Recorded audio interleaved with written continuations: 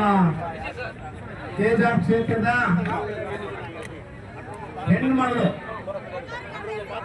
ಈ ಕೆಜಾಪ್ ಕ್ಷೇತ್ರದ ಹೆಣ್ಮಗಳಾಗಿದ್ರೆ ಈ ತವರ ಮುಟ್ಟಿರ್ತಕ್ಕಂಥವ್ರಿಗೆ ಈ ತರ ಸಾವಾದ್ರೆ ನೋವು ಗೊತ್ತಾಗ್ತಾ ಇತ್ತು. ಎಲ್ಲಿಂದನೂ ಬಂದಿರೋರಿಗೆ, ಶಿಡ್ಲಘಟ್ಟ ತುಮಕೂರಿಂದ ಬಂದಿರೋರಿಗೆ ಈ ತರ ಸಾವಾದ್ರೆ ನೋವಾಗಲ್ಲ. ಯಾಕೆ? ನನ್ ಸುಮಾರು ಜನ ಮುಖಂಡರು ಕೇಳ್ತಾ ಇದ್ರು, ಅಯ್ಯೋ ಸುಮಾರು ಜನ ಹೇಳ್ತಾ ಇದ್ರು ಇವತ್ತು ಪರಿಸ್ಥಿತಿ ಎಲ್ಲ ಇದೆ. ಇವತ್ತು ಎಲ್ಲರೂ ಕೇಳ್ತಾ ಇದ್ದಿದ್ದು ಒಂದೇ ಪ್ರಶ್ನೆ, ಅಣ್ಣ ಈ ಕೆಜಾಪ್ ತಾಲೂಕಲ್ಲಿರ್ತಕ್ಕಂಥ ಸರ್ಕಾರಿ ಆಸ್ಪತ್ರೆಗಳು ಒಂದು ಬಹಳ ದೊಡ್ಡ ಹಾಸ್ಪಿಟ್ಲು, ಏನಿಲ್ಲಿ ಡಿಸ್ಟ್ರಿಕ್ಟ್ ಸ್ಟೇಟಸ್ ಅನ್ನು ಕೊಟ್ಟಿದ್ರು, ಜಿಲ್ಲಾ ಸ್ಥಾನಮಾನ ಕೊಟ್ಟಿದ್ರು. ಇಡೀ ಕರ್ನಾಟಕದಲ್ಲಿ ಯಾವ್ದಾದ್ರು ಈ ತರ ಹಾಸ್ಪಿಟಲ್ ಐತೆ ಅಂತಂದ್ರೆ ಕೇವಲ ನಮ್ಮ ಕೆಜಾಪ್ ಆಸ್ಪತ್ರೆ. ನಾನು ಶಾಸಕರಿಗೆ ಒಂದು ಕಿವಿ ಮಾತನ್ನು ಹೇಳಲಿಕ್ಕೆ ಇಷ್ಟಪಡ್ತಾ ಇದ್ದೀನಿ. ಈ ಒಂದು ಜಿಲ್ಲಾ ಸ್ಥಾನಮಾನ ಯಾಕೆ ಬಂತು ಅನ್ನೋದು ತಾವು ಇತಿಹಾಸ ತಿಳ್ಕೋಬೇಕು. ಯಾಕಂದ್ರೆ ತಾವು PhD ಮಾಡಿದ್ದೀರಾ. ನಮ್ಮಂತ ರೈತ ಮಕ್ಕಳು PhD ಮಾಡಕ್ ಆಗಲ್ಲ, ಯಾಕಂದ್ರೆ ನಮ್ಗೆ ಬಡತನ.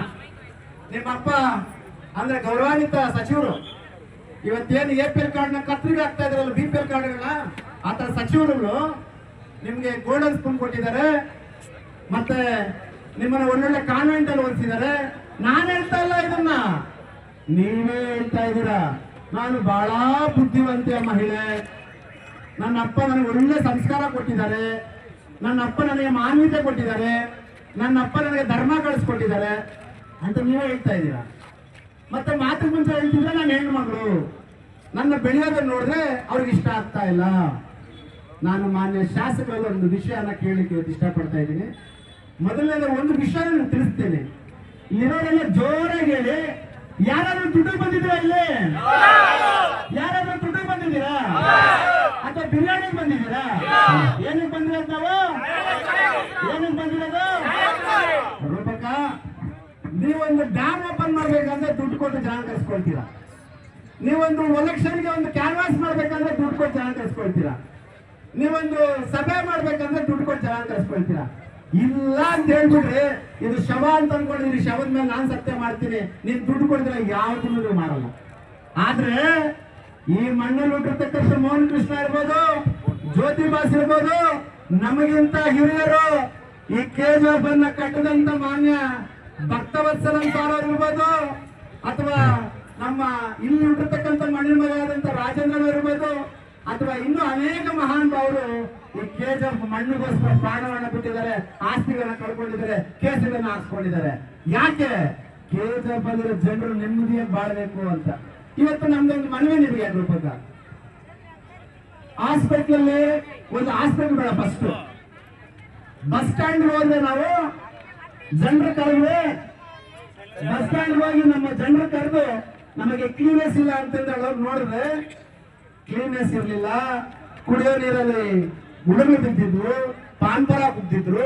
ಎಲ್ಲದಕ್ಕಿಂತ ಮಿಗಿಲಾಗಿ ಸುಮಾರು ವರ್ಷಗಳಿಂದ ಅನೈತಿಕವಾಗಿ ಇಲ್ಲಿಗಳಾಗಿ ಬಾರ್ಗಳು ನಡೆಸ್ತಾ ಇದ್ರು. ನಾನು ಹೋಗಿ, ನೀವೇನು ಹೇಳ್ತೀರಿ ಎಜುಕೇಟೆಡ್ ನೀವು ಅಂತ, ಒಬ್ಬ ಅನ್ಎಜುಕೇಟೆಡ್ ಅಂತ ನಾನು ತಿಳ್ಕೊಳ್ತೀನಿ. ನನಗಿರೋ ಕಾಮನ್ ಸೆನ್ಸ್ ನಿಮ್ಗಿಲ್ವಾ? ನನಗಿರ್ತಕ್ಕಂಥ ನಾಲೆಜ್ ನಿಮ್ PhD ಮಾಡೋ ನಿಮ್ಗಿಲ್ವಾ? ಮಾತು ಮುಂಚೆ ಹೇಳ್ತೀರಾ ನಾನು ವಿದ್ಯಾವಂತ ಹೆಂಗಸು ಅಂತ. ನಾವು ಗೌರವ ಕೊಡ್ತೀರಿ, ಕೇಂದ್ರ ಬರೀ ಗೌರವ ಕೊಡ್ತಾರೆ. ನಾವು ಹೋಗಿ ಅಲ್ಲಿ ಬಂದ ನಂತರ ಮತ್ತೋಗಿ ಕ್ಲೀನ್ ಮಾಡಿ ಬಾರ್ಗಳು ಖಾಲಿ ಮಾಡಿಸ್ತೀವಿ. ಅದೇ ಒಂದು ಖುಷಿ ಏನಂದ್ರೆ, ಕನಿಷ್ಠ ಪಕ್ಷ ನಿಮ್ಮನ್ನ ಯಾರು ಹೇಳೋರಿಲ್ಲ ಕೇಳೋರಿಲ್ಲ ಅನ್ಕೊಂಡಿದ್ರಿ. ನಾವ್ ಎಲೆಕ್ಷನ್ ಅಲ್ಲಿ MLA ಹಾಕ್ಬೇಕು ಬಂದಿಲ್ಲ ರೂಪಕ್ಕ, ನಿಮ್ ತರ ಬಂಡವಾಳ ಹಾಕಿ ಬಂಡವಾಳ ತೆಗೆಯೋರಲ್ಲ ನಾವು.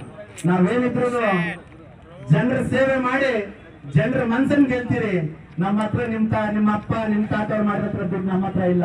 ನಮ್ಮ ಹತ್ರ ಒಂದೇ ಧೈರ್ಯ, ಶಕ್ತಿ, ಎಲ್ಲದಕ್ಕಿಂತ ಮಿಗಿಲಾಗಿ ಇಲ್ಲಿ ಸೇರ್ತಕ್ಕಂಥ ಪ್ರೀತಿ ಮಾತ್ರ ನಮ್ಮ ಮೇಲೆ ಐತೆ.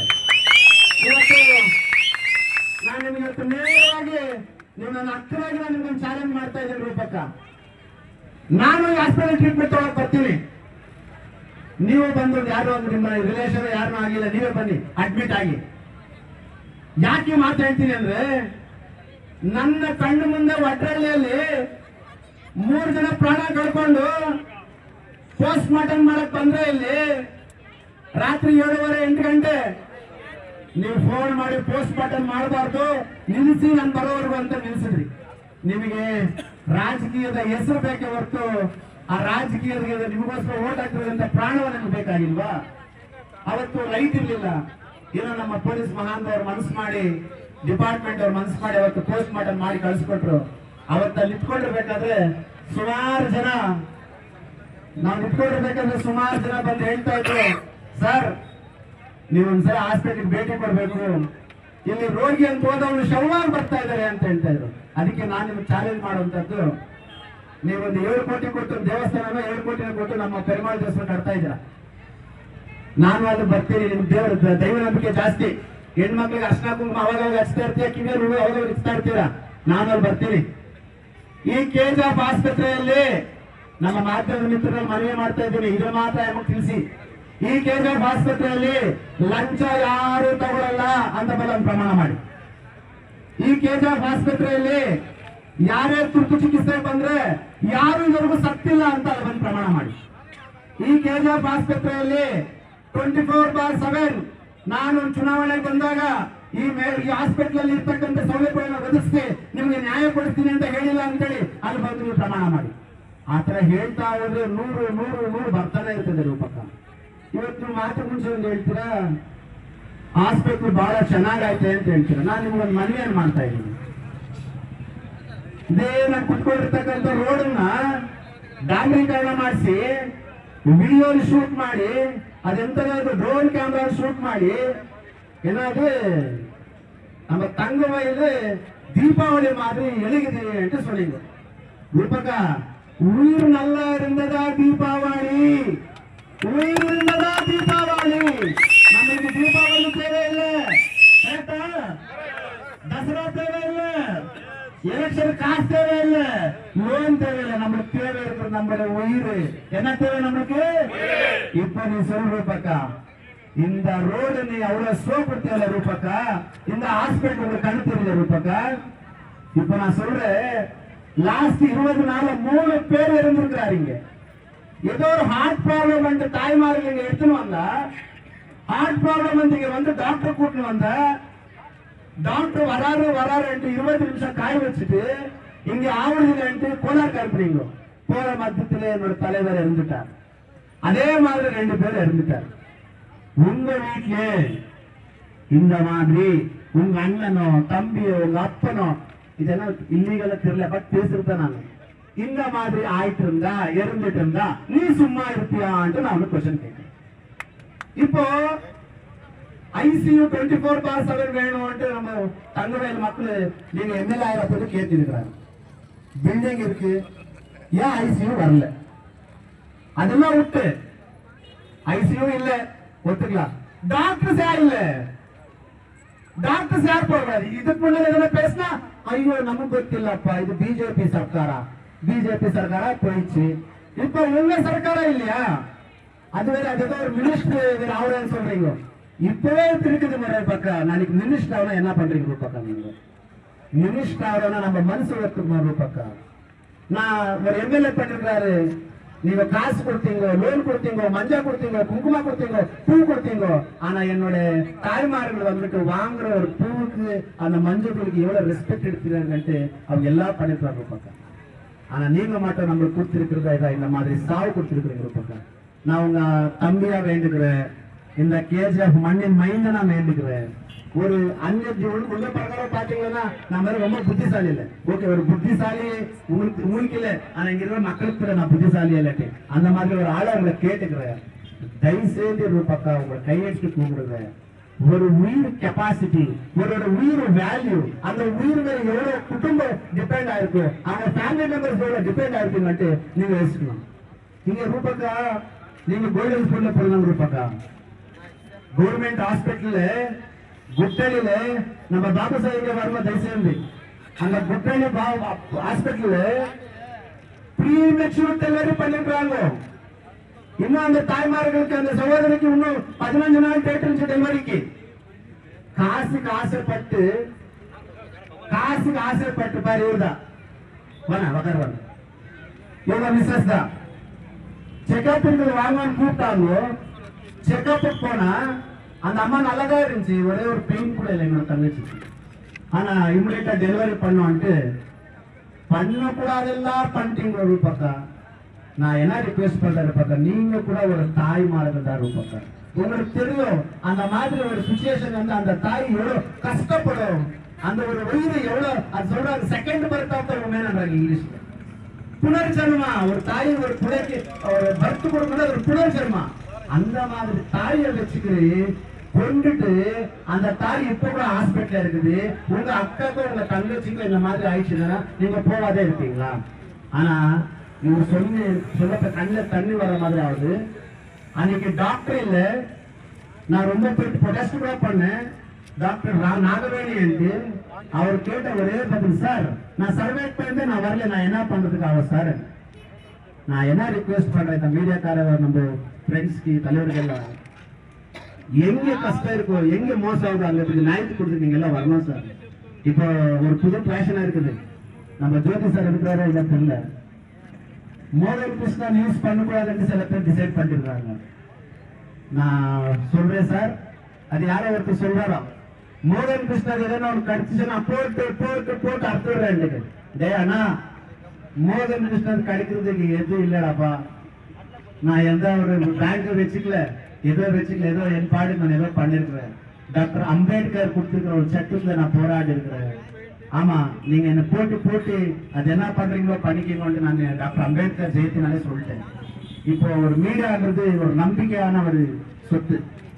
ஒரு மீடியான்றது தான் இன்னைக்கு எல்லாருக்குமே ஒரு நல்லதாகணும் கெட்டதாகணும், ஒரு கண்ட்ரி முன்னால போகணும், ஒரு நாட்டு முன்னால போகணுன்ற மீடியா தான். இப்போ இந்த ரூபக்கா வந்தப்போ மீடியா கூட கண்ட்ரோல் பண்ற மாதிரி ஆயிடுச்சு. நான் இதுக்கு எல்லாம் பயப்படுறதுல ரூபக்கா, நான் ஒண்ணுதான் உங்களுக்கு சொல்றேன், நம்ம ஜோதி பஸ் சாருக்கு மேட்டிருக்கிறீங்க, நீங்க பாத்துக்கிறேன்றீங்களா? நானு இப்ப உங்களுக்கு சொல்றேன், பிறந்தப்பவே ஏலக்காரன் தான் போட்டிருக்கிறேன், வளர்க்கிறப்போ எல்லா கஷ்டம் பார்த்துருக்கிறேன். ஆனா ஒண்ணு பார்க்கல, சத்தியமா சொல்ல ஜெயில் இப்படி பார்க்கல. அது கூட ஆகட்டும், உங்க நாளே ஆகட்டும், நான் போறதுக்கு ரெடியா இருக்கிறேன். நீ ஆனா நீங்க அவர் நம்ம ஜோதி சார் சொன்ன யாரும் ஜெராக்ஸ் கொண்டு விட்டுறாரு. நீங்க எதனா ஒரு பேச்சு, நீங்க எதனா ஒரு வார்த்தை இந்த மோதல் கிருஷ்ணா பத்தி உன்ன சத்தியமா சொல்றேன், இந்த சவபட்சத்துக்கு இந்த சவ சத்தியமா சொல்றேன். நான் என்னோட தலைவர் என்ன சொல்றாரு, நீங்க எதுவும் பேசக்கூடாது. நான் 2.5 வருஷம் எதுவும் பேசல. யார் பேசணும் ஒரு ரீசன் இருக்கு. ஆனா என்ன சும்மா எதுனா அப்படியே பண்றோம் இப்படியே பண்றோம், நீ மீடியா எவ்வளவு கண்ட்ரோல் பண்ணிக்க, நான் ஒன்னும் பிரச்சனை இல்லை. நான் எல்லா மீடியாக்காருக்கும் சொல்ல தயவுசெய்து என்னோட டார்கெட் பண்ற மீடியாக்காரங்க தான் நான் சொல்றேன். நீ யார் யாரெல்லாம் கண்ட்ரோல் பண்ணிக்கோ. ஆனா என்ன பத்தி, என்ன இங்க வந்திருக்கிறவங்க பத்தி, என்னோட லீடர்ஸ் பத்தி நீங்க எதனா தப்பா பேசிட்டா நாங்க மட்டும் ஜெயில் போறதுக்கு ரெடியா சாவுறதுக்கு ரெடியாட்டு நான் சொல்றேன். இப்போ இந்த மாதிரி சாவாயிருக்கு. இப்போ கவர்மெண்ட் ஹாஸ்பிட்டல் நீங்க நேற்று முன்னா நேற்று மீட்டிங் பண்ணீங்க. நானு 15 நாளுக்கு முன்னாலேயே நம்ம ராமச்சந்திரன் சார் வார்டுல நம்ம தலைவர் ஒரு விட்டுட்டு இமிடியேட்டா ஒரு எமர்ஜென்சி மீட்டிங் விட்டுட்டு ஒரு இம்பார்ட்டன்ட் பிராக்டிஸ்ல எது வருது அவங்க அப்பாயின்மெண்ட் பண்ணோம், இருக்கிற இஷ்யூஸ் எல்லாம் சால்வ் பண்ணோம்னு கேட்டேன். ஆனா நீங்க என்ன பண்ணீங்க? நாங்க ப்ரொடெஸ்ட் பண்ணதான் நீங்க வர்றதா இங்க, மக்கள் மேல ஏஞ்சதான் நீங்க வர்றதா இங்க. சோ நீங்க நினைச்சிருக்கிற மாதிரி இவங்க யாரும் காசுக்கு வரல, பிரியாணி சாப்பிடறதுக்கு வரல, நம்ம உயிர் காப்பாற்றணும்ட்டு வந்துட்டாரு. உங்களுக்கு நிஜமா மனசாட்சி இருந்துச்சுன்னா இந்த மெமராண்டம்ல எல்லாம் இருக்கு. இந்த மெமராண்டம்ல நம்ம கேஜிஆர் தங்கவயலுக்கு என்னென்ன தேவை இருக்குன்ட்டு நம்ம ரிக்வெஸ்ட் பண்ணிருக்கிறோம். நாங்க வந்துட்டு வெறும் ஏதோ ஒரே ஒரு சாம்பிள் எடுத்து வந்திருக்கிற ஆளு, நாங்க வந்துட்டு ஒரு இந்த மாதிரி போராட்டம் பண்ண வரணும்னு சொல்றதுக்கு எல்லாரும் சேர்ந்து வந்திருக்கிற போராட்டம் இது. நான் ரிக்வெஸ்ட் பண்றது கேஜிஆர் தங்கவயலுக்கு, இந்த ನಮ್ಮ ರೂರಲ್ಗೆ ಏನ ತೇವೆ ಇருக்கு ಯಾವ್ದು ಬೇಕು ಅಂತ ಹೇಳೋದನ್ನ ನಾನು ನಿಮಗೆ ಮನವಿ ಮಾಡ್ತಾ ಇದ್ದೀನಿ. ಮೊದಲನೇದಾಗಿ ತುಂಬಾ ಜನ ಹೃದ್ರೋಗದ ಕಾಯಿಲೆಯಿಂದ ಅಂದ್ರೆ ಹಾರ್ಟ್ ಪ್ರಾಬ್ಲಮ್ ಇಂದ ಹಾರ್ಟ್ ಅಟ್ಯಾಕ್ ಇಂದ ಸಾಯ್ತಾ ಇದ್ದಾರೆ. ಆ ತರ ಸಾವನ್ನ ತಡಿಬೇಕು ಅಂತಂದ್ರೆ ಮುಂಚಿತವಾಗಿ ಇವತ್ತಿಂದಲೇ ನಿಮ್ಮ ಮನಸ್ಸಾಕ್ಷಿ ಇತ್ತು, ನೀವು ಬಹಳ ಬುದ್ಧಿವಂತ ಹೆಣ್ಮಗಳು, ನಿಮ್ ತಂದೆಯವರು ಗೋಲ್ಡನ್ ಸ್ಪೂನ್ ಬೆಳೆಸಿದ್ದಾರೆ. ನೀವು PhD ಮಾಡಿದಂದ್ರೆ ನಿಮ್ಗೇನಾದ್ರೂ ಕಿಂಚಿತ್ತು ಮಾನ ಮರ್ಯಾದೆ ಅನ್ನೋದ್ರಲ್ಲಿ ಇತ್ತಂದ್ರೆ ಮೊದಲನೇದಾಗಿ ಕಾರ್ಡಿಯೋ ಡಾಕ್ಟರ್ಸ್ ನ ಅಪಾಯಿಂಟ್ ಮಾಡಬೇಕು. ಎರಡನೇದು ನಿಮ್ಮದೇ ಸಿಬ್ಬಂದಿ ಇಲ್ಲಿರ್ತಕ್ಕಂಥ ವೈದ್ಯರು ಹೇಳಿದರೆ ಆಪರೇಷನ್ ಥಿಯೇಟರ್ ಇರ್ತಕ್ಕಂಥ ಆ ಒಂದು ಉಪಕರಣಗಳು ಏನೈತೆ 10 ವರ್ಷದಿಂದ ಬಂದಿರುವಂತದ್ದು, 10 years ಬ್ಯಾಕ್ ಬಂದಿರ್ತಕ್ಕಂಥದ್ದು.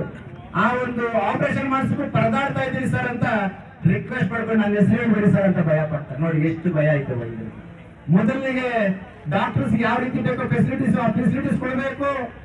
ಮೂರನೇದು ನನ್ನ ಸಹೋದರ ರೈತ ಮಗನು, ನಿಮಗೆ ರೈತರಂದ್ರೆ ಬಹಳ ಕಾಳಜಿ ಅಂತೀರಾ. ಒಂದು ಡ್ಯಾಮ್ ಮಾಡ್ಬಿಟ್ಟು ಯಾವತ್ತೋ ಸ್ಯಾಂಕ್ಷನ್ ಆಗಿರೋದು ಡ್ಯಾಮ್ ಮಾಡ್ಬಿಟ್ಟು ನಾನು ರೈತರಿಗೆ ನೀರು ಕೊಟ್ಟೆ ಅಂತೀರಾ. ರೈತರಿಗೆ ನೀರು ಕೊಟ್ಟದೆಲ್ಲ ರೂಪಕ್ಕೆ ಅದು ನೀರು ಹೋಗೋದಕ್ಕೆ ದಾರಿ ಮಾಡ್ಕೊಟ್ಟದ ರೂಪಕ್ಕ ಅಂತ ಅದನ್ನ ಕೊಟ್ಬಿಟ್ಟು ನನ್ನ ರೈತರ ಮೇಲೆ ಪ್ರೀತಿ ಅಂತೀರಾ. ನಿಜವಾಗ್ಲೂ ನಿಮ್ ರೈತರ ಮೇಲೆ ಪ್ರೀತಿ ಇತ್ತಂದ್ರೆ ಇವತ್ತು ಇಲ್ಲಿ ನಮ್ಮ ಸಹೋದರ ಬಾಬುವರ ಪತ್ನಿ ಪಟ್ಟಂತ ಕಷ್ಟ, ಇವರ ಒಂದು ಪಟ್ಟಂತ ನೋವು, ಅವತ್ತು ಅವ್ರ ಮಗು ತೀರ್ಕೊಳ್ತು ಪ್ರೀಮೆಚುರಿಟಿ ಡೆಲಿವರಿ ಮಾಡಿ ಆ ಮಗುಗೆ 10 ಲಕ್ಷವಷ್ಟು ಪರಿಹಾರವನ್ನ ಕೊಡಬೇಕು ಅಂತ ನಾನು ನಿಮಗೆ ಬೇಡಿಕೆ ಇಡ್ತಾ ಇದ್ದೀನಿ. ಆಮೇಲೆ ಈ ಮಗು ಸಾವಿಗೆ ಕಾರಣವಾಗತ್ತಂತ ಡಾಕ್ಟರ್ ನಾಗವೇಣಿ ಅವರು, ಅವ್ರ ಬಗ್ಗೆ ನಾನು ಹೇಳಲೇಬೇಕು. ನಮ್ಮ ಮಾಧ್ಯಮದಲ್ಲಿ ಮನವಿಯನ್ನು ಮಾಡ್ತಾ ಇದ್ದೀವಿ. ಕೆಆರ್ ಕ್ಷೇತ್ರದಲ್ಲಿ ನಮ್ಮ ಜ್ಯೋತಿ ಬಸರ್ ಹೇಳಿದಂಗೆ ಇನ್ಫ್ಲೂಯೆನ್ಸ್ಡ್ ಅಡ್ಮಿನಿಸ್ಟ್ರೇಷನ್ ನಡೀತಾ ಇದೆ. ಆ ಹೆಣ್ಮಕ್ಳು ಮಾತಾಡಿದ್ರೆ ಹೇಳ್ತಾರಂತೆ, ಏನ್ చెప్పనా ಇದು ಹೆಣ್ಮಗ ಬೇಜಾರು ಮಾಡ್ಕೊಂಡು ಹೋಗ್ಬೇಡಿ, ದುಡ್ಡು ಕೊಡ್ಬೇಕು ನಮ್ಗೆ ಅಂತ ಹೇಳ್ಬೇಕು. ಇದು ನಮ್ಮ ಕೆಜಾರ್ನ ಅಕ್ಕ ರೂಪಕ್ಕ ನಡೆಸಿರ್ತಕ್ಕಂತ ಒಂದು ಕ್ಷೇತ್ರವನ್ನ ಅಡ್ಮಿನಿಸ್ಟ್ರೇಷನ್ ಈ ಬಾಯಲ್ಲಿ ಕೇಳ್ಬೇಕು. ಮತ್ತೆ ಡಾಕ್ಟರ್ ಏನ್ ಹೇಳಿ ಡಾಕ್ಟರ್ ಇಲ್ಲ ಸರ್ ಸರ್ ಅವ್ರು ಕೇಳೋ ಕ್ವಶನ್ ಆನ್ಸರ್ ಹೇಳಕ್ಕಾಗಲ್ಲ ಸರ್. ಆ ತರ ಮಾತಾಡ್ತಾರೆ ಅವ್ರು, ರೆಸ್ಪಾನ್ಸ್ ಇಲ್ಲ. ನಾವು ಕೇಳಿದ್ರು ಸಹ ಯಾರ ಹತ್ರ ಬೇಗ ಹೋಗಿ ಅಂತಾರೆ. ಯಾಕೆಂದ್ರೆ ಅವ್ರು ಹೆಂಗ ತಿಳ್ಕೊಂಡ್ರಿ, ಅವ್ರಿಗೆ ಆಶೀರ್ವಾದ ರೂಪ ಅವ್ರ ಆಶೀರ್ವಾದನೇ. ಅವ್ರನ್ನ ಅಪಾಯಿಂಟ್ ಮಾಡಿಸಿರೋದು ರೂಪ ಅವರೇ ಅಂತ, ಅದೇ ಒಂದು ಶಾಸ್ತ್ರಿ ಅಂತ. ದಯಮಾಡಿ ರೂಪಕ್ಕ ನೀವು ಒಬ್ಬ ಹೆಣ್ಮಗಳು, ಆಕೆನೂ ಹೆಣ್ಮಗಳು, ಆ ತಾಯಿ ತನ ಪಟ್ಟಾಗ ಎಷ್ಟು ನೋವು ತಿಂತಿದ್ದಾರೆ, ಆ ನೋವಿಗೆ ಪರಿಹಾರವಾಗಿ ಆ ಮಗು ತೀರ್ಕೊಳ್ಳೋದಕ್ಕೆ 10 ಲಕ್ಷವನ್ನ ಕೊಡ್ಬೇಕು ಅಂತ ನಾನು ಬೇಡಿಕೆ ಇಡ್ತಾ ಇದ್ದೀನಿ, ಡಿಮ್ಯಾಂಡ್ ಮಾಡ್ತಾ ಇದ್ದೀನಿ. ನಾನೆಲ್ಲ ಮಾಡ್ತಾ ಇರೋದು, ಇಲ್ಲಿ ಬಂದಿರ್ತಕ್ಕಂಥ ಎಲ್ಲ ಗ್ರಾಮಸ್ಥರು ಸೇರಿ ಡಿಮ್ಯಾಂಡ್ ಮಾಡ್ತಾ ಇದ್ದೀವಿ. ಕೂಡಲೇ ಆ ಒಂದು ಬೇಜವಾಬ್ದಾರಿತನದಿಂದ ನಡ್ಕೊಂಡು ಒಂದು ಮಗು ಭೂಮಿಯನ್ನು ನೋಡ್ಬೇಕಾಗಿರ್ತಕ್ಕಂಥ ಮಗು ಈ ತರ ಸ್ಮಶಾನವಾಗಿ ನೋಡೋದಕ್ಕೆ ಕಾರಣರಾಗತ್ತಂತಹ ಅಲ್ಲಿರ್ತಕ್ಕಂಥ ಸಿಬ್ಬಂದಿಯನ್ನ ಮತ್ತೆ ಅಲ್ಲಿರ್ತಕ್ಕಂಥ ಡಾಕ್ಟರ್ನ ಕೂಡಲೇ ಅಮಾನತು ಮಾಡಬೇಕಾಗಿ ನಾನು ಡಿಮ್ಯಾಂಡ್ ಮಾಡ್ತಾ ಇದ್ದೀನಿ. ಮತ್ತೊಂದು ಕೆಜಿಎಫ್ ಅಲ್ಲಿ ನಮ್ಮ ಹೆರಿಗೆ ಆಸ್ಪತ್ರೆ ಆ ರೂಪಕ್ಕ ನೀವೇನಾದ್ರೂ ಮಗಕ್ಕೆ ಬಟ್ಟೆ ಕಟ್ಕೊಂಡು ನೋಡ್ರಿ ನಿಮ್ಗೆ ಗೊತ್ತಾಗತ್ತೆ ರಾತ್ರಿ ಹೊತ್ತಲ್ಲಿ ದಂಧೆ ನಡೆಯುವಂಥದ್ದು. ಒಂದು ಹೆಣ್ಮಗು ಡೆಲಿವರಿ ಆಯ್ತು ಅಂತಂದ್ರೆ, ಹೆಣ್ಮಗು ಅಂತಂದ್ರೆ ನನ್ನ ಅಕ್ಕನ ಸಮಾನರಾದಂಥವ್ರು, ನನ್ನ ತಾಯಿ ಸಮಾನರಾದಂಥವ್ರು, ನನ್ನ ತಂಗಿ ಸಮಾನರಾದಂಥವ್ರು ಲಂಚ ಕೊಡ್ಬೇಕು. ನಿಮ್ಗೇನಾದ್ರೂ ಪ್ರೂಫ್ ಬೇಕಂದ್ರೆ ನಾನು ಕೂಡ ಕಡಿಯೋದಿಲ್ಲ ರೂಪಕ್ಕ. ಇಲ್ಲಿರ್ತಕ್ಕಂಥ ಎಷ್ಟು ಜ್ವರ ಇರಬೇಕು ನೋಡಿ ರೂಪಕ್ಕ. ನನ್ನ ಹೆಣ್ಮಕ್ಳು ಆ ಹೆರಿಗೆ ಕೊಡ್ಬೇಕಾದ್ರೆ ಪಡೋ ನೋವೇ ದೊಡ್ಡದು. ನೀವು ಬಂದು ನಿಮ್ ತಂದೆಯವರು ಮಾಡಿರ್ತಕ್ಕಂಥ ಗಣಂದಾರಿಕೆಯಿಂದ ಇವತ್ತು ಗಣಿ ಕಾರ್ಮಿಕರು ರೋಡ್ ಪಾಲ್ ಆಗಿದ್ದಾರೆ. ಅಂತ ಒಂದು ಸ್ಥಾನದಲ್ಲಿ ಒಂದು ಡೆಲಿವರಿಗೆ 5,000 ರೂಪಾಯಿ ತಗೊಳ್ತಾರಂದ್ರೆ ಇದು ನಿಮಗೆ ಕಣ್ಣಿಗೆ ಕಾಣಿಸ್ತಾ ಇಲ್ಲ ರೂಪಕ್ಕ. ಇವತ್ತು ಹೇಳ್ತಾ ಇದ್ದಾರೆ ನಮ್ಮ ಮೀಡಿಯಾ ಮುಖಾಂತರ, ನನ್ನ RK ಫೌಂಡೇಶನ್ ಪದಾಧಿಕಾರಿಗಳು ಹಾಸ್ಪಿಟಲ್ ಹತ್ರ ನಮ್ಮ ನಂಬರ್ ಹಾಕ್ತೀರಿ, ಇಲ್ಲ ಹಾಸ್ಪಿಟಲ್ ಹತ್ರ ನಮ್ಮ ನಂಬರ್ ಹಾಕ್ತೀರಿ. ಯಾರಾದ್ರೂ ಲಂಚಕ್ಕೆ ಬೇಡಿಕೆ ಇಟ್ರೆ ಆ ನಂಬರ್ ಕಾಲ್ ಮಾಡಿ, ರೂಪ ಅವರು ನಮ್ಮ ಶಾಸಕರು ಕ್ರಮ ತಗೊಳ್ತಾರೋ ಬೇಡ, ನಾವು ಡಾಕ್ಟರ್ ಬಾಬಾ ಸಾಹೇಬ್ ಅಂಬೇಡ್ಕರ್ ಕೊಟ್ಟಿರ್ತಕ್ಕಂಥ ಕಾನೂನು ಕ್ರಮದಲ್ಲಿ ಅವ್ರ ಮೇಲೆ ಯಾವ ರೀತಿ ಕ್ರಮ ತಗೋಬೇಕಾದ್ರೆ ನಾನಿದ್ದೀನಿ ನಿಮ್ ಜೊತೆ. ಯಾರು ₹1 ಲಂಚ ನಾನೊಂದು ಪತ್ರಿಕೆಗೋಷ್ಠಿ ಕರೆದು ಆ ನಂಬರ್ನ ಡಿಸ್ಪ್ಲೇ ಮಾಡ್ತೀನಿ. ನನಗೆ ಮೊದಲನೇದಾಗಿ ರೋಡ್ ಬೇಡ ಅಥವಾ ಬಿಲ್ಡಿಂಗ್ಗಳು ಬೇಡ, ನನಗೆ ಮೊದಲನೇದಾಗಿ ನನ್ನ ಕ್ಷೇತ್ರದ ಜನತೆ ನೆಮ್ಮದಿಯಿಂದ ಬಾಳಿ ಈ ಹಾಸ್ಪಿಟ್ಲಿಗೆ ರೋಗಿ ಆಗಿ ಬಂದ್ರೆ ಚೇತರಿಸ್ಕೊಂಡಾಗಿ ಆ ಮನೆಯನ್ನು ಕಾಪಾಡುವಂತ ಒಬ್ಬ ದೈವನಾಗಬೇಕು ಅಂತೇಳಿ ನಾನು ಅವ್ರನ್ನ ಕೇಳ್ಕೊಳ್ತಾ ಇದ್ದೀನಿ. ಮತ್ತೊಂದು, ಈ ಬಾಣಂತಿಯರಿಗೆ ಬರ್ತಕ್ಕಂಥ ಒಂದು ಹಣದಲ್ಲಿ ನಮ್ಮ ಮಾಧ್ಯಮದ ಸ್ವಲ್ಪ ಕೇಳಿಸ್ಕೋಬೇಕು. ಈ ಬಾಣಂತರಿಗೆ ತಾಯಂದ್ರಿಗೆ ಸೇರ್ಬೇಕಾಗಿರ್ತಕ್ಕಂಥ ಒಂದು ಸ್ಕೀಮ್ಸ್ ಐತೆ, ಅದರಲ್ಲೂ ದೊಡ್ಡ ಅವ್ಯವಹಾರಗಳು ನಡೀತಾ ಐತೆ. ಇದನ್ನ ಕೂಡಲೇ ತನಿಖೆಗೊಳಿಸಬೇಕು. ಎಲ್ಲದಕ್ಕಿಂತ ಮಿಗಿಲಾಗಿ ನೀವು ಯಾವುದೇ ಒಂದು ಸರ್ಕಾರಿ ಆಸ್ಪತ್ರೆ ತಗೊಳ್ಳಿ, ಬೇತ್ಮಂಗ ತಗೊಳ್ಳಿ, ಕ್ಯಾಸಂಬಳ್ಳಿ ತಗೊಳ್ಳಿ, ಮಾರಿಕೊಪ್ಪನ್ ತಗೊಳ್ಳಿ, ಗೌರ್ಮೆಂಟ್ ಹಾಸ್ಪಿಟಲ್ ತಗೊಳ್ಳಿ, ಮಹಿಳಾ ಮತ್ತು ಮಕ್ಕಳ ಆಸ್ಪತ್ರೆ ತಗೊಳ್ಳಿ, ಈ ದಿವಸ ತಗೊಳ್ಳಿ, ಎಲ್ಲಿ ಹೋದ್ರು ಆಂಬುಲೆನ್ಸ್ ಬೇಕಂದ್ರೆ ಎಷ್ಟೊತ್ತು ಕಾಯ್ಬೇಕು ಆಂಬುಲೆನ್ಸ್ಗೆ? ಎಷ್ಟೊತ್ತು ಕಾಯ್ಬೇಕು? ರೂಪಕ, ನಾನೊಬ್ಬ ಜನಪ್ರತಿನಿಧಿ ಅಲ್ಲ, ಜನಸಾಮಾನ್ಯ. ನನ್ಗೆ ಇಷ್ಟೆಲ್ಲ ಜನ ಹೇಳ್ತಿರ್ಬೇಕಾದ್ರೆ ನಿಮ್ ಪಕ್ಕದಲ್ಲಿ ಹಿಂಬಾಳಕ್ ಇರ್ತಾರಲ್ಲ, ಜೈಕ ಹೊಡಿತಾರ, ಅವ್ರು ಹೇಳಮ್ಮ ನಿಮ್ಗಿದೆಲ್ಲ. ಕೂಡಲೇ ಆಂಬುಲೆನ್ಸ್ ನ ಒದಗಿಸಬೇಕು, ಇದು ನಿಮ್ಮ ಪ್ರಥಮ ಕರ್ತವ್ಯ ಅಂತ ನಾನು ನಿಮಗೆ ಮನವಿ ಮಾಡ್ತಾ ಇದ್ದೀನಿ. ಹಾ ನೋಡಿ ರೂಪಕ ಅವ್ರೆ, ಹೊಟ್ಟೆ ಉರಿತಾನೆ ಕಂಡ್ರೆ ನೀವೇನ್ ಹೊಟ್ಟೆಗೆ ಅನ್ನ ತಿಂತೀರಾ, ಏನ್ ತಿಂತೀರಾ ನೀವು? ಒಬ್ಬ ರೋಗಿ ಆಂಬುಲೆನ್ಸ್ ಕೇಳಿದ್ರೆ ಆಂಬುಲೆನ್ಸ್ ಬರ್ತದಂತೆ, ಅದ್ರ ಡೀಸೆಲ್ಗೆ 1800 ರೂಪಾಯಿ ಕೊಡ್ಬೇಕಾದ್ರೆ ಇದು ಯಾರಪ್ಪನ ಆಸ್ತಿ ಇದು? ಕೋಲಾರಿಗೆ 800 ರೂಪಾಯಿ, ಬೆಂಗಳೂರು 1800 ರೂಪಾಯಿ. ಸ್ಮಶಾನ ಅಂತ ಇದ್ದಾರೆ ರೂಪಕ. ದಯಮಾಡಿ ರೂಪಕ, ಎಲ್ಲ ಹಾಸ್ಪಿಟಲ್ಗಳಲ್ಲೂ ಆಂಬುಲೆನ್ಸ್ ಫೆಸಿಲಿಟಿ ಬೇಕು, ಎಲ್ಲ ಹಾಸ್ಪಿಟಲ್. ಮತ್ತಿನ್ನೊಂದು ನನ್ನ ಮಾಧ್ಯಮದವ್ರಿಗೆ ಒಂದು ಮನವಿ ಮಾಡ್ತಾ ಇದ್ದೀನಿ. ಮೆಡಿಸಿನ್ಸ್ ಪ್ರತಿ ತಿಂಗಳು ಲಕ್ಷಾಂತರ ರೂಪಾಯಿ ಮೆಡಿಸಿನ್ ಸರ್ಕಾರದ ಕಡೆಯಿಂದ ಬರ್ತಾ ಇತ್ತು. ಬಟ್ ರೋಗಿಗಳು ಕೊಡ್ತಾ ಇರೋದು ಮಾತ್ರ ತುಂಬಾ ಕಮ್ಮಿ ಕೊಡ್ತಾ ಇದ್ದಾರೆ. ಆ ಮಿಕ್ಕಿರೋ ಸರ್ಕಾರಿ ಬರ್ತಕ್ಕಂಥ ದಸ್ತಾವೇಜಿನ ಒಂದು ಸ್ಟಾಕ್ ಎಲ್ಲಿ ಹೋಗುತ್ತೆ, ಯಾರಿಗೂ ಹೋಗುತ್ತೆ ಗೊತ್ತಿಲ್ಲ. ಮೊನ್ನೆ ನಂದೇ ತಮ್ಮ ಹಾಸ್ಪಿಟಲ್ ಹೋಗಿದ್ದಾನೆ, ಗಾಯ ಆಗೈತೆ, ಫಸ್ಟ್ ಏಡ್ ಮಾಡಕ್ ಹೋದ್ರೆ ಸ್ಟಿಂಚರ್ ಇಲ್ಲ, ಬ್ಯಾಂಡೇಜ್ ಇಲ್ಲ ಅಂತಾರಂತೆ. ನೋಡಿ ಎಂತ ದೌರ್ಭಾಗ್ಯ ಕಂಡ್ರೆ. ಇಂಥ MLA ಬೇಕಾ? ದುಡ್ಡು ತಗೊಂಡು ಓಟ್ ಹಾಕ್ಬೇಕಾ? ನೋಡಿ ರೂಪಕ, ಒಂದು ಮಾತು ಹೇಳಿರ್ತೀವಿ ರೂಪಕ, ಭಗವಂತ ದೊಡ್ಡವನು. ನಮ್ಮ ರವಿರೆಡ್ಡಿ ಅವ್ರು ಹೇಳ್ತಾ ಇರ್ತಾರೆ, ಪಾಪ ಸಾರ್ ದೇವ್ರು ಕಟ್ಟೋರು ಸರ್ ಅಂತ ಸೂಸ್ತಾವನ್ ಸರ್ ಅಂತ. ಪಾಪ ನಮ್ಮ ರವಿರೆಡ್ಡಿ ಅವ್ರನ್ನು ಕರ್ಕೊಂಡ್ಬಿಟ್ರಿ, ಎಲ್ಲಿ ಕರ್ಕೊಂಡು ನನಗೆ ಗೊತ್ತಿಲ್ಲ. ಪಾಪ ಆಯಪ್ಪನೇ ಹೇಳ್ತಾ ಇರ್ತಾನೆ, ದೇವ್ರು ಕದ್ದೋರು ಸರ್, ದೇವ್ರು ಕದ್ದೋರು ಸರ್ ಅಂತ. ದೇವ್ರು ದೊಡ್ಡವ್ರು ರೂಪಕ. ನೀವು ಇದೇ ತರ ಪ್ರಾಣಿಗಳನ್ನ ಹೋಗುವಂತ ಕೆಲಸ ಕೊಡ್ತಾ ಇದ್ರೆ ನೋಡಿ, ಎಲ್ಲರ ಮನೆಯಲ್ಲಿ ಸಾವಾಗತ್ತೆ.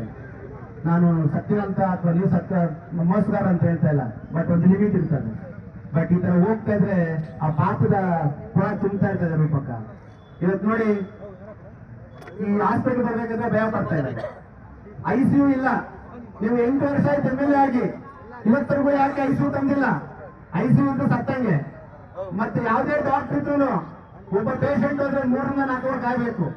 ನೀವೇನಾದ್ರೂ ಕೆಜಿಎಫ್ ಜನತೆಯಲ್ಲಿ ಉಳಿದಲ್ಲಿದ್ದೀರಿ ಅಂತಂದ್ರೆ, ನೀವೇನಾದ್ರೂ ಕೆಜಿಎಫ್ ಜನತೆಯ ಒಂದು ಆಶೀರ್ವಾದ ಪಡೆದಿದ್ರೆ, ಅವ್ರು ಒಳ್ಳೇದು ಮಾಡ್ಬೇಕು ಅಂತಂದ್ರೆ, ನಿಮ್ ತಂದೆಯವರು ನಿಮಗೆ ಒಳ್ಳೆ ಗುಣವನ್ನ ಕಳಿಸಿದ್ರೆ, ನೀವು ನಿಜವಾಗ್ಲೂ ದೈವಭಕ್ತರಾಗಿದ್ರೆ, ನೀವು ನಿಜವಾಗ್ಲೂ ಕೆಜಿಎಫ್ ವೋಟರ್ಸ್ ಮೇಲೆ ನಿಮಗೆ ನಂಬಿಕೆ ಇತ್ತು ಅಂತಂದ್ರೆ, ನೀವು ನಿಜವಾಗ್ಲೂ ಆ ತಾಯಿ ತನಗೆ ಬೆಲೆ ಕೊಡಂಗಿತ್ತಂತಂದ್ರೆ, ದಯಮಾಡಿ ಈ ಸಿವಿಲ್ ಹಾಸ್ಪಿಟಲ್ ನಡೀತಕ್ಕಂಥ ಒಂದು ಅಕ್ರಮಗಳನ್ನ, ಸಿವಿಲ್ ಹಾಸ್ಪಿಟಲ್ ಇರಬೇಕಾಗಿರ್ತಕ್ಕಂಥ ಫೆಸಿಲಿಟೀಸ್ ಅನ್ನ ಬೇತ್ಮಂಗ್ಲ, ಗುಟ್ಟಳ್ಳಿ, ಅದೇ ರೀತಿ ಕ್ಯಾಸಂಬಳ್ಳಿಯಲ್ಲಿ ಎಲ್ಲ ಒಂದ್ಸಲ ಒಂದು ಚೆಕ್ ಮಾಡಿ, ನಿಮ್ ಮನ್ಸಿಗೆ ಸಮಾಧಾನ ಆಯ್ತು ಅಂತ ನಾವೇನು ಕೇಳಲ್ಲ.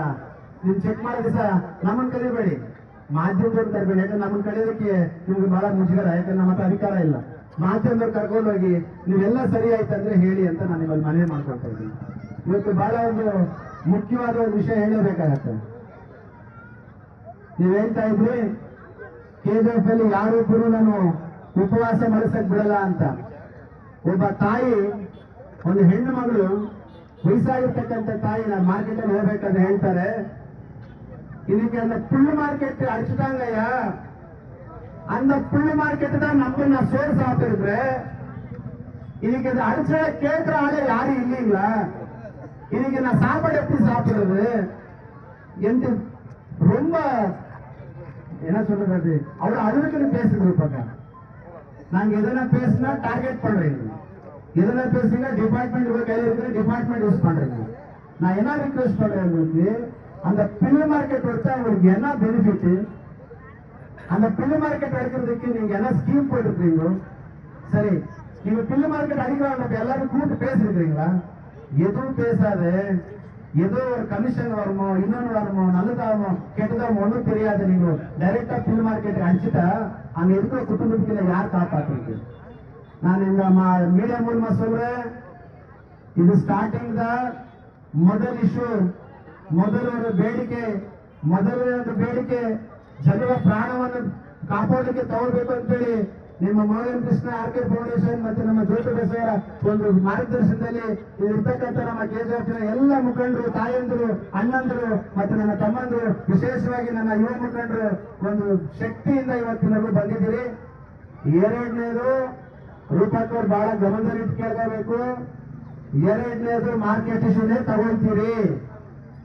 ನಮ್ಮ ಮಾರ್ಕೆಟ್ ವಿಷಯದಲ್ಲಿ ಏನಾದ್ರು ನೀವು ನಿಮ್ ಪವರ್ ಆಯ್ತು ಅಂತ ನಿಮ್ಗೆ ಇಷ್ಟ ಬಂದಂಗೆ ಆಡಿ ಅಲ್ಲಿರ್ತಕ್ಕಂಥವ್ರಿಗೆ ಅನ್ಯಾಯ ಆಯ್ತು ಅಂತಂದ್ರೆ ಖಂಡಿತವಾಗ್ಲೂ ನಾವು ಬಿಡಲ್ಲ, ಅದಕ್ಕೆ ಉಗ್ರವಾದ ಹೋರಾಟವನ್ನ ಮಾಡ್ತೀರಿ ಅಂತ ಹೇಳ್ತೀವಿ. ಮತ್ತೆ ಮಾರ್ಕೆಟ್ ಅಸೋಸಿಯೇಷನ್ ನಿಮ್ ಜೊತೆ ನಾವಿದ್ದೀರಿ, ನಿಮ್ಗೆ ಅನ್ಯಾಯ ಆದಾಗ ನಮ್ಮನ್ನು ಕರೆದ್ರೆ ಸದಾ ನಿಮ್ ಜೊತೆಲಿ ಇರ್ತೀರಿ.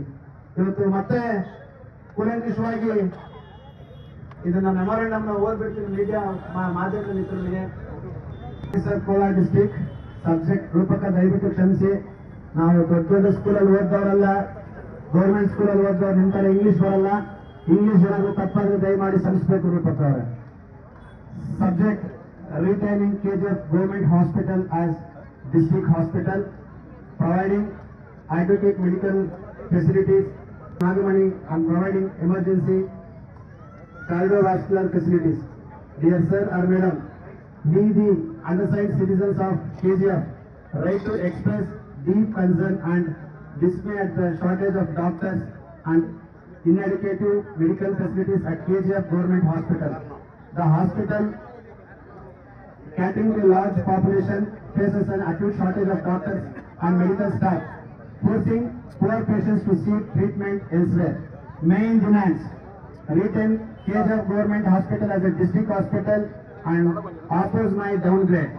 Appoint adequate doctors and medical staff to provide quality health services. Provide adequate medical facilities, equipment and infrastructure including more ambulances. Demand for suspension of Dr. Nagamani. A serious case of medical negligence occurred at the community center hospital in Guttali village, resulting in the tragic loss of a child due to Dr. Nagamani's absence and neglect. We demand immediate suspension of Dr. Nagamani through investigation and legal action, compensation of ₹10 lakhs to the family of deceased. For cardiac care facilities, due to the rising number of heart-related deaths, we request adequate cardiac facilities and equipment, hiring of cardiologists and support staff of 24/7 services, equipping the hospital to handle heart-related emergencies. Action required. We urge you to consider the demand seriously and take immediate action to address the health needs of KGF citizens. We are ready to discuss this further. ತಾವು ಪೂರೈಸಿಲ್ಲ.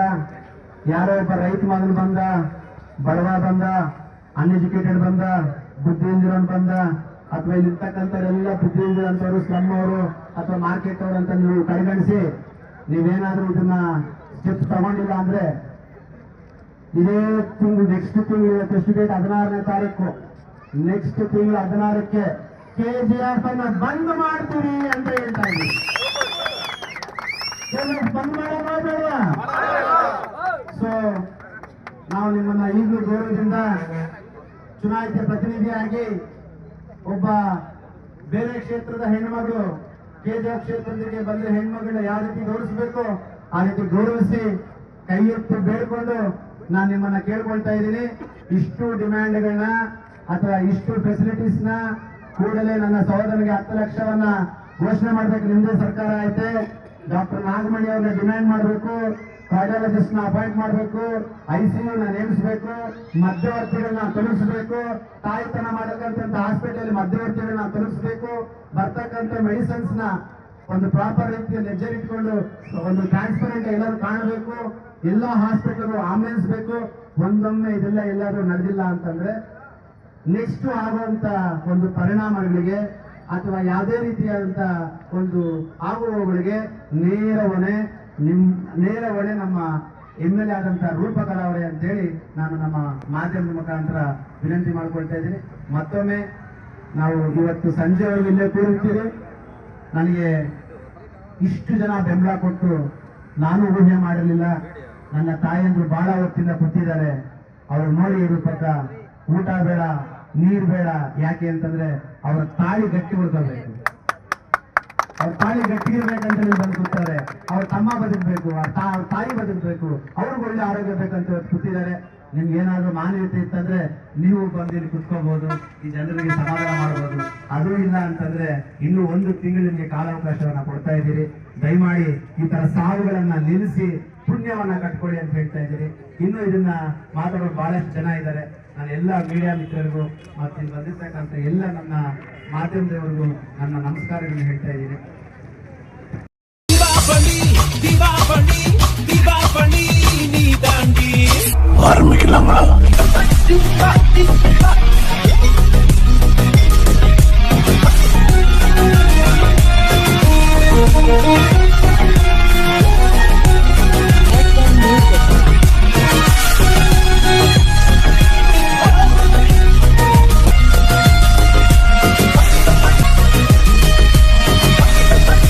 தரம் என்றும் நிரந்தரம், தரம் என்றும் நிரந்தரம், தரம் என்றும் நிரந்தரம். வாங்க.